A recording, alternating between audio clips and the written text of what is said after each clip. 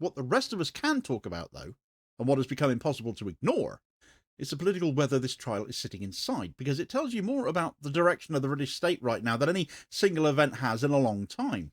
And you can see it when you step back a bit and look at how ministers have been talking about this case long before a jury ever heard a word of the evidence.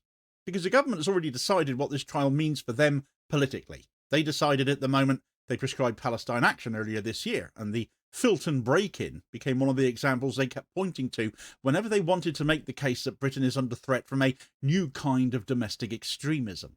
Protest wasn't enough for them. Direct action wasn't enough. They wanted this wider national security framing where the public stops seeing a political movement and starts seeing something more dangerous and foreign aligned, because that's the way you build consent for powers you wouldn't otherwise get through Parliament without a bit of a fight.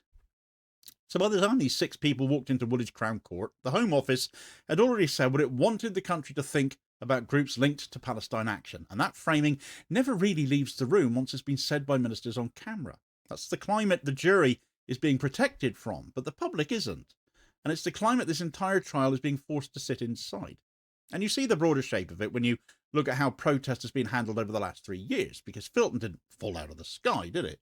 The Public Order Act made sure the police could treat disruption as criminal intent before the disruption had ever happened.